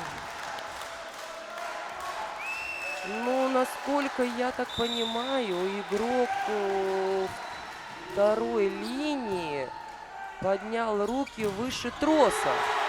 И по данным правилам игрок второй линии не имеет права поднимать руки выше троса при блокировании там или при сбрасывании. А это вот сейчас и зафиксировал судья. Потому что игрок под номером 2 сборной команды Уральского федерального округа находится на задней линии. Ну, в таком случае очень грамотно с судейской стороны. Да, с судейской стороны грамотно было. И все правильно по действующим правилам. Они ошибку зафиксировали. Малейшие колебания в игре, да, фиксируются Да. у нас сегодня судейской бригадой. И при счете 20-19 перерыв берет, Второй перерыв берет. второй перерыв берет Уральский федеральный округ. А мы с вами наблюдали отрывки предыдущих красивых моментов. Ой, как обидно. Ну вот, Такой максимально счет, да. хотел укоротить, видимо, мяч. Затруднить он, видимо, хотел очень сильно, перестарался. Ну и после перерыва И самый высокий игрок сборной команды Уральского федерального округа Никита Зудин не выполняет подачу. И счет становится 20-21. Очень-очень так напряженно для двух команд и для нас, для зрителей. Это чем закончится очень интересно. Аут. Аут. и очень, наверное, интересно наблюдать соперниками этих ребят, да? Да, Первые открывающие турнир. да, эти Команды. две команды открыли турнир свой. Не только турнир открыли, но и все твои козыри открыли, Да, получается. да. Потому что при такой игре они должны показать все, что Вот могут. именно Доставай, что. Зафиксировали мяч. Опустился на площадку. Касание площадки было. И счет становится 22-21. Другие тренера, наверное, конечно, уже такую статистику провели. Да, уже вот Ой, ой, ой, ой, ой. в течение 4 партий Да. успели ребята раскрыться полностью. Отыграли. Такой не сильный, неудобный был пас. И игрок уральской сборной решил потихонечку отыграться. А вот сейчас будет на силу. Но блок смягчил. И туркменская сборная аккуратненько что-то начинает команды немножечко аккуратно играть. Сейчас... Отказала рука Не нападающего. отказала, он хотел обмануть, но Вот сенсор немножко не сработал, скажем Да, так. был очень долгий розыгрыш такой. Тут сейчас у кого больше нервы. Ребята, что с одной, что со второй стороны очень аккуратно играли. И нервы больше выдержали у туркменской сборной. Солдатское лицо у Да. подающего игрока Туркменистана. И счет стал 22-22. Да, тут у кого хочешь нервы сдадут. Да. А мы хотим напомнить, что игра ведется до 3 побед. А в данный момент... Вот оно! Играть. Уже не знаешь, за кого и болеть-то. И... Страховка! Что показывает От блока аут. аут. Вот такие эмоции, ради чего и Да. стоит заниматься спортом, принимать Да. участие в таких турнирах, да? Успокаивают друг друга игроки Уральского федерального округа. Потому что, конечно, что-то у них немножко они переволновались. Замены, И, да, перерывов больше нет, Вот остались именно. только замены, что сейчас и делает тренер Уральского федерального иначе округа. без перерыва Нурана Атаев может повторить свою красивую подачу. Сейчас мы с замиранием сердца наблюдаем. В момент точно высшего настроя. И свисток, и... Далеко в аут. Далеко в аут, конечно. Да, сработала замена Уральского федерального округа. И он же немножко выдержал паузу. Да, Как да. раз когда уже собрался было разбегаться туркменский игрок, и это дало свои плоды. На изготовке, значит, игрок Уральского федерального округа 23-23. Да, на подаче у нас Николай Бакушин. Счет 23-23. Очень напряженный момент. Кто сейчас покажет какую подачу? Возможно, летел в аут. Возможно, да, летел мяч в аут. Но, как правило, говорят игроки, если ты не уверен... Мяч провалился у блокирующих игроков между сеткой и руками. Красиво так просунули мяч. Да, передавил, скажем так. Нападающий, да? 24-23. На игру подает игрок под номером 1 Николай Бакушин.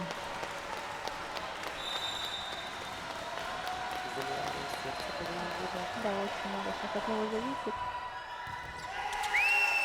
И все, эйс в исполнении Николая Бакушина. И счет становится 25-23 в пользу Уральского федерального округа. 3-1 по партиям. И задача максимум на сегодня выполнена. Поздравляем Ханты-Мансийский автономный округ с первой победой, с первым почином и более успешным началом, чем у их соперников из команды Туркменистана. Ребята из Туркменистана очень достойно боролись. И достойны похвалы зрительских. Наших, ваших. Ну и, думается, соперники друг друга зауважали, да? Да. За такой волейбол. Действительно, очень достойные команды встречались. Мы очень рады, что стали свидетелями такой игры, таких встреч. Рады показать вам волейбол в рамках 6-х спортивных игр «Дети Азии». И на сегодня пришло время прощаться, а завтра мы вновь с вами увидимся вокруг площадки детей Азии по волейболу, как девушки, так и юноши. Спасибо за внимание. С вами были мастер спорта Российской Федерации по волейболу Светлана Игоревна Муратова и я, Татьяна Иванова. До новых встреч! До новых встреч!